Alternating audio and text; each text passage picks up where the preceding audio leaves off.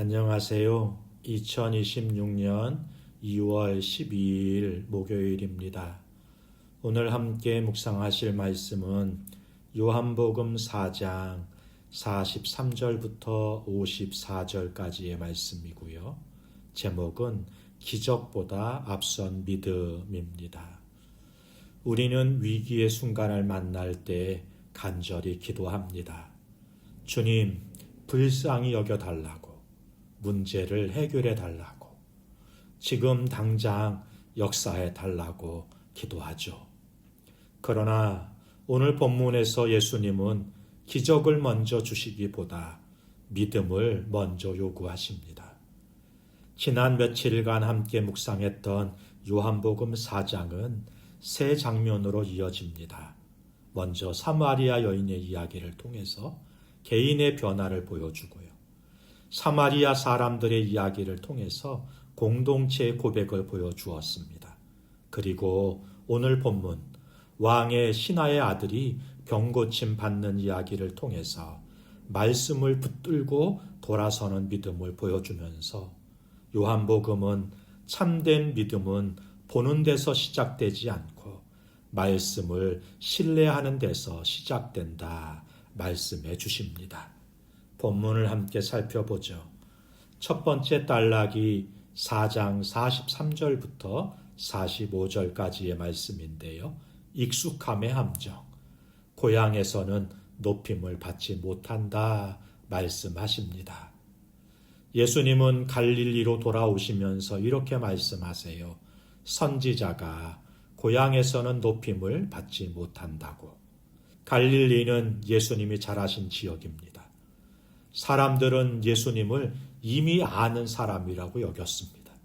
그래서 이런 일이 벌어지는 거예요. 표적은 환영해요. 그러나 예수님의 권위는 받아들이지 않는 것입니다. 요한은 곧바로 이렇게 덧붙입니다. 갈릴리 사람들이 예수를 영접했지만 그 이유는 예루살렘에서 보았던 표적 때문이었다고 말이죠. 여기서 중요한 원리 하나를 볼 수 있습니다. 익숙함은 놀라움을 제거하고 친밀함은 경외심을 약화시킨다는 것입니다. 그래서 우리는 예수님을 오래 알수록 오히려 깊이 믿지 못하는 경향을 보일 수 있어요. 여러분, 예수님을 오래 알았다는 것이 예수님을 믿고 있다는 뜻은 아닌 것입니다. 두 번째 단락이 46절부터 49절까지의 말씀인데요. 문제 해결자를 찾는 사람, 왕의 신하의 절박한 요청이 기록됩니다. 본문은 다시 가나로 돌아옵니다. 첫 번째 표적이 있었던 바로 그 장소죠. 이번에 등장하는 사람은 왕의 신하입니다. 당시 갈릴리를 다스리던 헤롯 궁정과 연결된 관리인 듯 보여요. 그의 아들이 가버나움에서 죽어가고 있었습니다. 그는 하루 이상 걸리는 길을 달려와서 예수님을 찾아온 거예요. 그리고 이렇게 간청합니다. 내 아이가 죽기 전에 내려오소서. 이때 그의 믿음은 이런 모습입니다. 예수님이 직접 와 주셔야 하고 눈으로 확인해야 안심할 수 있는 믿음인 거예요. 즉, 그는 예수님을 주님이라기보다 문제 해결자로 생각하고 찾아온 것이죠. 그래서 예수님은 다소 차갑게 들리는 말씀을 하십니다. 너희는 표적과 기사를 보지 못하면 도무지 믿지 아니하는구나. 이 말은 정죄가 아니라 영적 진단인 것이죠. 예수님은 묻고 계십니다.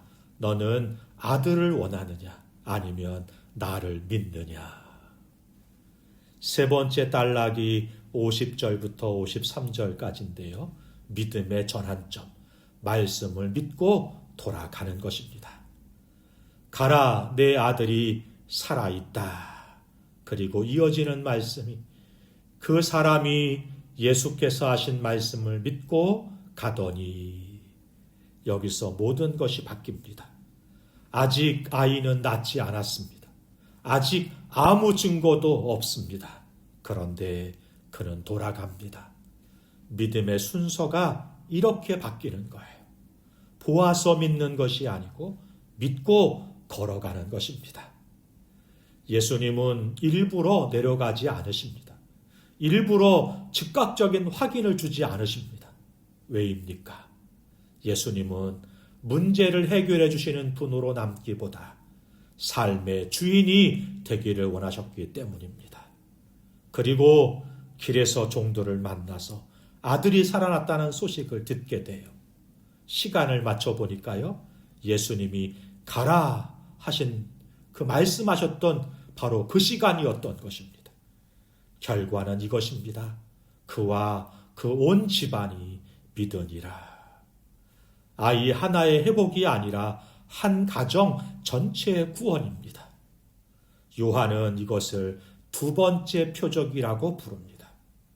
그러나 진짜 표적은 병 고침이 아니라 사람이 하나님께 돌아온 사건인 것이죠. 사랑하는 성도 여러분, 오늘 본문은 병 고침 이야기로 끝나지 않습니다. 요한이 강조하는 진짜 기적은 이거예요. 사람이 말씀을 믿고 돌아섰다는 것입니다. 예수님은 우리의 삶을 조금 편하게 만들어주는 분이 아니라 완전히 새롭게 재배치하시는 분이십니다. 그래서 예수님은 종종 먼저 보여주시지 않고 먼저 말씀하십니다. 왜냐하면 기적은 순간을 바꾸지만 말씀은 인생의 방향을 바꾸기 때문입니다. 오늘 우리에게도 같은 질문이 주어지네요. 나는 아직도 보아야 믿는 신앙에 머물러 있는가? 아니면 아무 증거가 없어도 주님의 말씀 하나 붙들고 걸어갈 수 있는가 말이죠.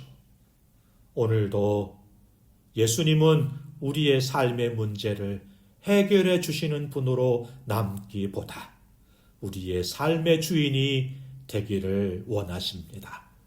기도하겠습니다. 좋으신 하나님 아버지, 우리는 보아야 믿으려 했고 확인해야 순종하려 했음을 고백합니다. 오늘 말씀 앞에서 다시 무릎 꿇습니다. 결과보다 주님의 말씀을 붙들게 하시고 문제 해결자가 아니라 삶의 주님으로 예수님을 모시게 하옵소서. 오늘도 눈앞에 보이는 증거가 없어도 가라 말씀하실 때 걸어가는 믿음을 가지고 살아갈 수 있게 하여 주옵소서. 예수님의 이름으로 기도하옵나이다. 아멘.